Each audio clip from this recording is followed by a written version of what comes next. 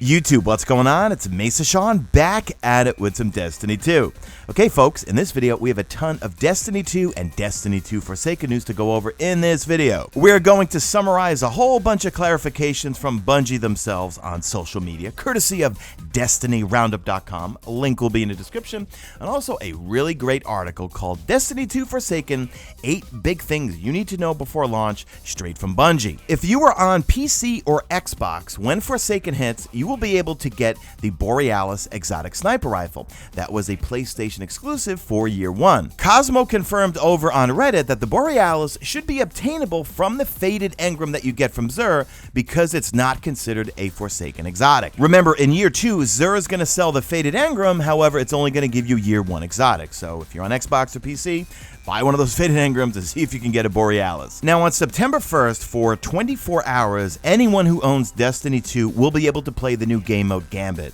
Cosmo just confirmed over on Twitter, no fixed loadouts will be in the Gambit demo. Use your own stuff. Now, we will be getting our preload and weapon slot changes this Tuesday the 28th. So update 2.0.0, that's going to have the bulk of the DLC. However, there will be a day 1 patch on September 4th, and then once that's downloaded, we'll all be able to play Forsaken. Cosmo once again confirmed that you will have a character boost that will be included with every copy of Forsaken.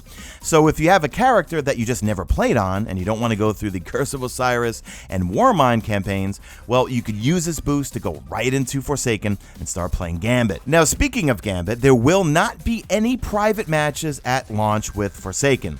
However, it is something that they're looking into. Also, the Solstice armor that you have, it will take year 2 mods. However, it will not have the new perk system. Remember, armor drops in Forsaken will have 2 randomly rolled perks. One will be something like increased grenade throw distance, and then the other one is going to be related to ammo, like maybe some more scout rifle ammo and so forth. So, I don't know, the Solstice armor is kind of going to be useless, I think, after about a week or so once we're into Forsaken and we start getting some good legendary gear with perks that we like. So now some clarifications from Dylan from Bungie.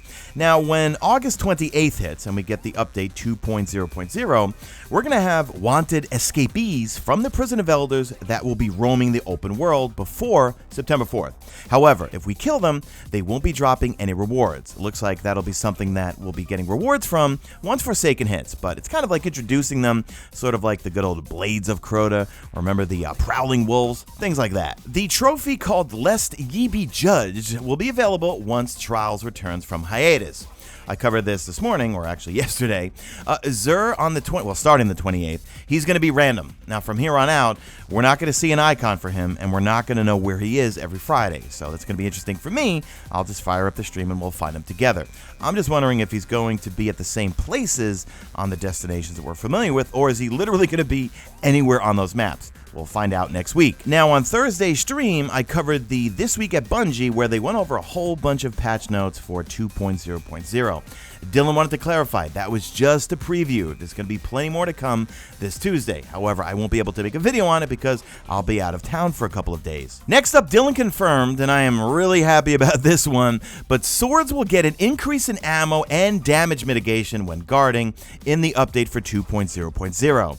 And I am happy about this because I really never ever use swords in PvE. In Destiny 1, I loved using them all the time. Not so much in Destiny 2. Now, I covered this the other day, but in case you missed that video, it's safe to delete your mods right now. And in fact, what I would do is up until Tuesday, delete all of your legendary mods, and then right before Tuesday hits, buy as many blues as you can with your glimmer, and then break them all down. You want as many mod components as possible. Because Dylan from Bungie clarified Josh Hamrick's quote and said, Josh misspoke.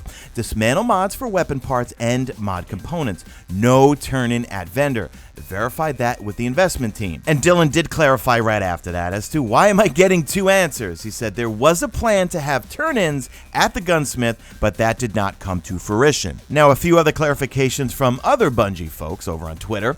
Can Year 2 weapon mods be equipped into Year 1 weapons? No. Collections will not drop mods, and Josh Hamrick is 99% sure that the time to kill changes are going to happen on the 28th, but he says it gets real confusing. So we'll see what happens happens next Tuesday, but I think the new time to kill will be in full effect this Tuesday. All right, let's get into this article from GamesRadar.com, which I will link in the description. Destiny 2 Forsaken, 8 big things you need to know before launch, straight from Bungie. It's an interview with Scott Taylor and Steve Cotton.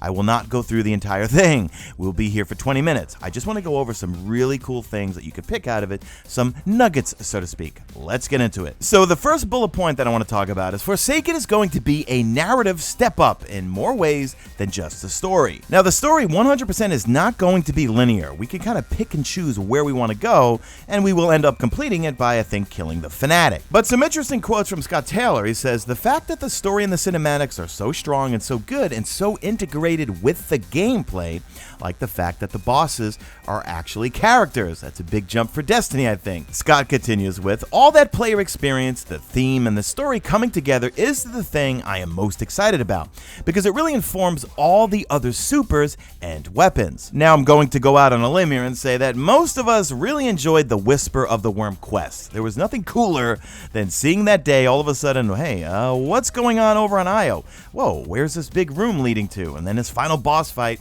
and sure enough, we got our Whisper of the Worm. Well, there are going to be more quests like this in Forsaken. Scott Taylor says, "One of the properties of Whisper of the Worm that's most interesting is that people didn't know it was coming. And so I will kind of answer your question in that, yes, that is something we're interested in, and yes, you will see more things like that, but that's much as I feel super comfortable in saying because of that property of the surprise of people showing up and saying, wait, what is that? We talked about player discovery a lot, and that's definitely a property we're very excited about with Forsaken." Then Steve Cotton chimes in, "Another property that is a sign of things to come is the challenge and the mastery that the Whisper required. It's not as complicated as the raid, but Whisper was an opportunity for even solo players to go in and get good at something and get a reward at the end. So we're applying that logic to as much as we can in Forsaken." Then they start talking about the Dreaming City. That is where all the endgame content and the raid is going to take place. So Scott says, "When you first get into the Dreaming City, you're going to find it hard to navigate. As you get more powerful, you will start to understand how you want to move there, how you want to engage, and it is going to change over time." If I recall correctly, in one of the Game Informer articles, they said something to the effect of it will change on like a 3-week cycle. I think Petrovenge is going to move around, but safe to say, the Dreaming City is what I am most excited for within Destiny 2 Forsaken. Now, Scott Taylor does touch on mods here, and I'm a little confused on this one. Hold on, let me read you this quote. "If there's year 1 armor or weapons that you like, you could still use it. You could put the new mods into those weapons and armor, and you can infuse it up. Duplicates for infusion are much cheaper, so getting duplicates of things is going to make you want to infuse them, and infusion for outside of duplicates is going to make you think and really consider what you want to bring up." Now, what's confusing for #Mesa fail here is he says, you could put the new mods into those weapons and armor. Well, I thought armor, okay, we could put the new mods on our year 1 stuff, but that's not really going to do us anything because the new armor is going to have random rolls. But I believe they said we cannot put the new mods on our year 1 weapons, so I don't know. I'm a little confused there. Let me know in the comment section. Scott goes on to say, "We know that people are very attached to certain things, and that's why we want to make sure you're able to infuse them. But we also dropped a bunch of awesome stuff that has random rolls and new armor perks and things. We think that if you really love something, keep bringing it up. But we hope that there's something that's going to entice you and might have you question things." And then lastly, lore is coming back in a big way, and I think we're all going to be happy with what I'm about to read you here from Steve and Scott. So Scott says, "The system we have where you collect lore, the way that walks and feels right now, is like opening up a little book and reading the stories. There are short stories and long stories that you discover in the world and then open up in the game that you can go collect by killing bosses, finding items in the world like dead ghosts." That's right, folks, dead ghosts are coming back. And then he mentions little drones that tell you little stories that are either 1 part or maybe even 3. He goes on to say, "Or maybe you'll find out what Uldren was doing between the Taken King and how he ended up in that prison.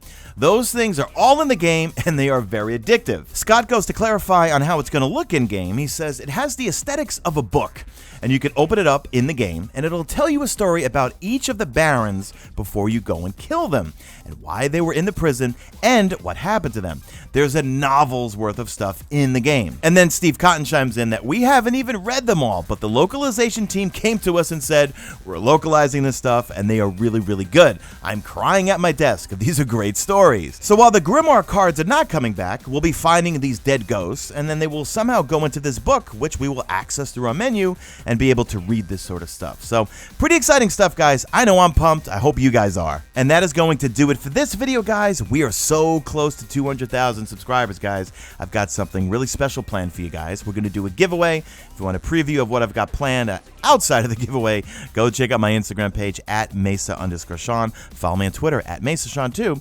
And that's it, guys. So no Guardian Radio on Monday night. I will be away next week, and that is it. So leave me a like on this video if you enjoyed it. Leave me a hashtag made it to the end if you did make it to the end. And that's it. Do me a favor. Drop a like in this video only if you see fit. Follow me on the Twitter at MesaSean. Check out my stream, usually and always on YouTube. And that is it. I am outta here like Vladimir.